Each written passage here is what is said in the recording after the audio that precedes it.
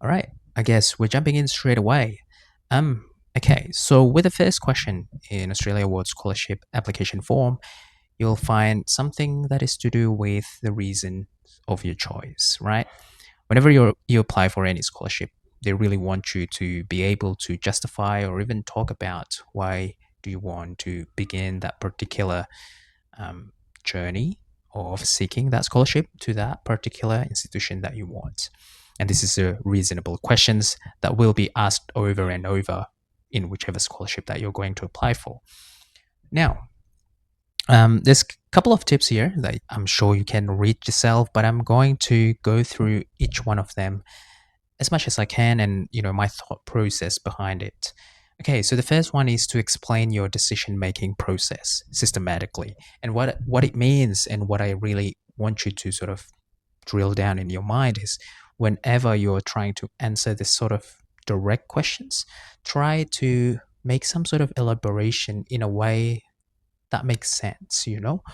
So scaffold, I think that's the word. Like try to scaffold your thoughts and perhaps the reasonings so that it ties logically to whichever course you're going to choose, right? And make them as much so that one paragraph is so cohesive with one another.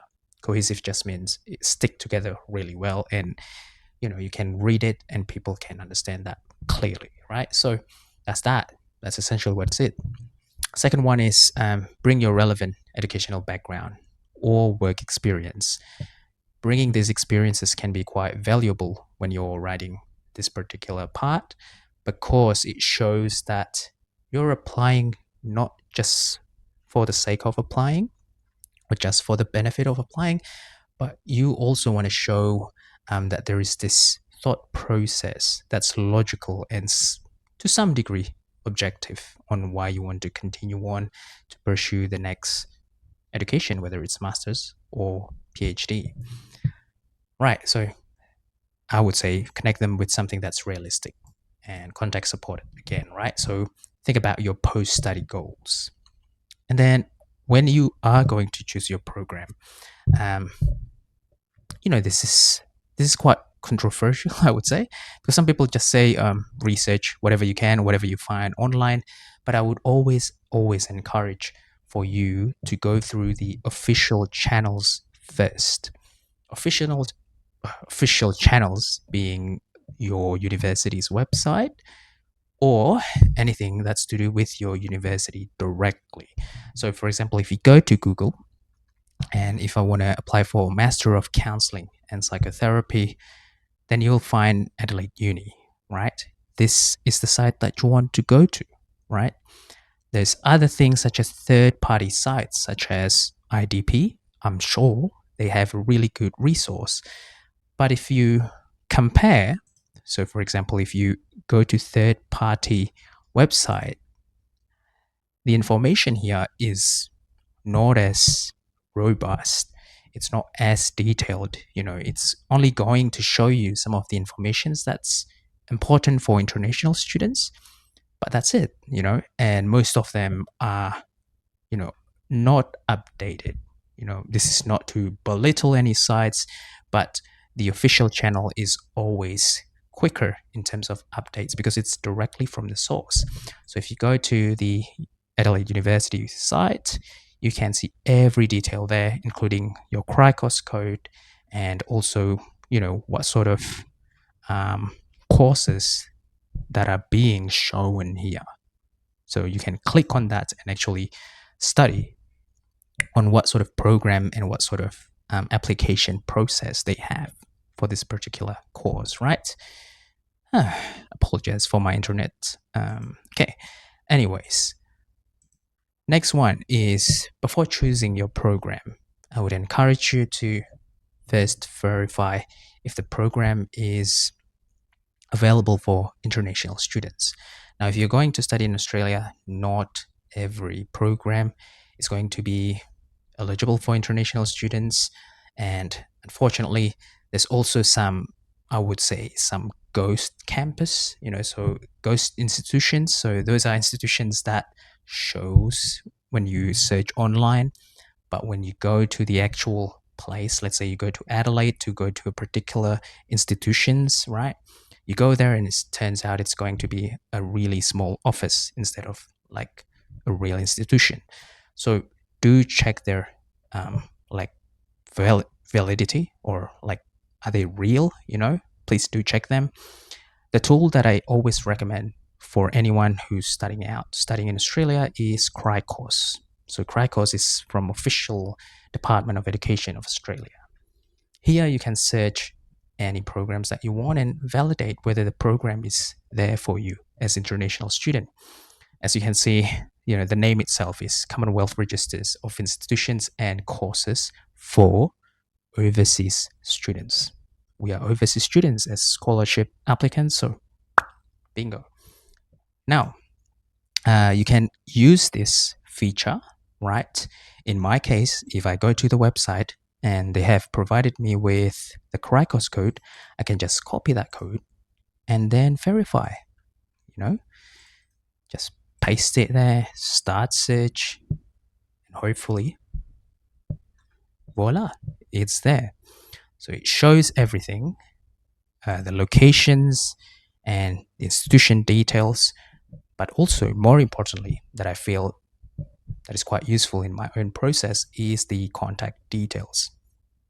Now, usually with the contact details, there's going to give you some sort of email, and you can email this contact person to ask anything about the things that you may not already know from reading thoroughly the page about your course. So maybe the fun facts, or perhaps some things that many overseas students do not already know, right? You can definitely ask that.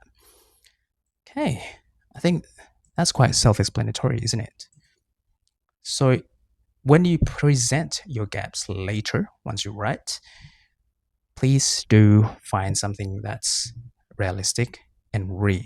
A lot of people describe their experience, which I am sure that their experience contextually are real, but if you can present the joint selection team with real data, something that's concrete, I think, well, this is just my personal thinking, I think it's going to be a bit more effective.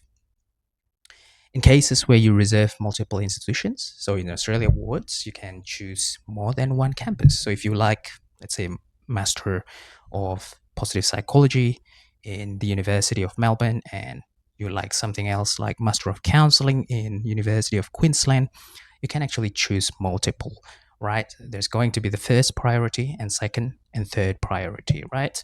So if you choose multiple institutions in that cases, just for a safety net, instead of trying to compare down, you can compare their unique strengths, right? So, for example, when I was applying for mine, I was applying for Master of Counselling in the University of Adelaide, but also in ECU, Edith Cowan. Um, so I only compare that basically in the University of Adelaide, there is a placement for me. And in the Edith Cowan institution, I got the chance to actually talk with elders from the indigenous populations. Right, those are very different, unique approach that the university has. This is preventing you to talk bad about one institution over another.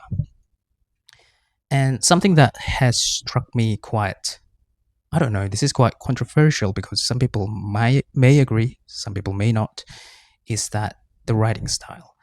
With what I found when I was doing my education in Commonwealth country, you know, these forms and these essays, a lot of deductive style of writing are much more preferred because it's quite straightforward, it's quick, it's clear, right? While when I was in Indonesia, a lot of people are quite wordy because they want to explain as much detail as possible. Nothing wrong with it. It's just that you have 2,000 characters here limit for each questions, and deductive style can be much more accommodating for that character counts. And also, when you state your points clearly, straight away, right away, when it is being skimmed, right? So if your writing is being skimmed, it's so easy to get into the point right away instead of trying to guess or trying to read the next and next and next one. Because at the end of the day, you're not writing a novel. Okay, so no cliffhanger needed, I suppose. All right, I'm going to go through this quickly, but you can always see the examples that are provided here. Let's take a look into the sample answer. And this is how I would write it and how I would go through my process. So after researching and knowing that my program is somewhat in the priority fields of study, then I would write somewhere along the line like this. So over the past 5 years, I've been immersed in my role as a clinical psychologist at a local NGO, assisting individuals experiencing suicidal thoughts, ideation, and attempts. Right away, the first sentence, I am describing who I am, my roles, and my significance in a particular context. So the context is NGO, and another context, and my role is for suicidal prevention, right? And during this period, I primarily work with a high crisis case involving major depression related attempts, a leading psychopathology predominantly observed among Javanese low income males in Malang. Right away, I'm also talking about my context, the problem that's quite pertinent. I'm signaling that so that they know what to expect on the next paragraph. Okay, so I think, yeah, so we call it breadcrumbing, right? So after that, I would introduce the gap, the actual gap. So my qualification enabled me to provide mental health crisis support, right? But in Indonesia, there is this unequal or imbalance in terms of psychologist to client ratio. And, this is a gap that's real. You can find it on BPS or you can find it on Indonesian Psychological Society. There's always this detail keep coming up. So this is what I mean by trying to find a real detail. Here is just a number that I made up, by the way. So, you know, yeah, it's a fake number. All right. So this is just another thing that I'm providing to resolve. So whenever you introduce some sort of gap, always try to find some sort of resolve to it somehow, right? So amid pervasive stigma, rapid psychotherapeutic interventions can reduce initial prejudgment. So this is my solutions to it, or at least this is my hypothesis to it, right? This can be true, this may not be true, but this is what I think something can work, right? So talk about your gap and then talk about some solutions that you can hypothesize.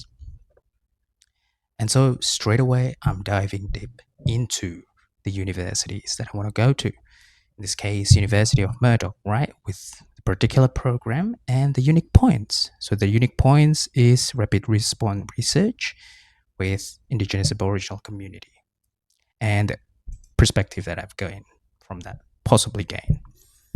And then I use similarly here, as you can notice. The reason I'm using similarly is because I don't want to, like verse, for example, Adelaide versus Murdoch. No, that's not the point. The point that I'm trying to make is both can offer me some positive value, but at the end of it, they're different, right? It's different because the Murdoch is sort of showing you that they are leading in research, especially in community rapid response and collaboration with Indigenous Aboriginal community providers. But this is also similar. The difference is just that they giving a pathway for rapid intervention through community empowerment, which is something that's available already in Indonesia, but it's very underutilized, unfortunately, right? Despite its communal structure. Apologize if you hear any sounds of someone selling things, but anyways. So, I tie up those everything together in this summary. So together, these doctoral programs integrate practice-based and research training, particularly within culturally and linguistic diverse communities.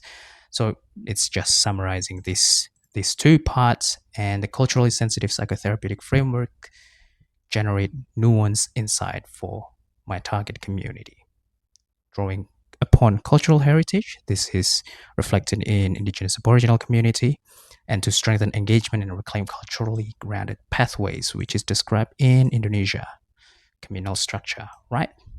So that's it. Quite simple. This took me approximately about ooh, maybe like half an hour or maybe 20 minutes once I've gotten all the research pain points set. So the writing itself is not lengthy, it's just that you have to be able to prioritize which points that you want to show and which points you are trying to explain and resolve, right? So you will see a lot of gap, you'll see a lot of resolve, and you'll see a lot of connection. Again, check your character counts. If you are going above 2000 characters, then there is a chance that part of it is going to be cut out. And I don't want you to experience that. Right. So that's for the first question. And I hope to see you on the next part.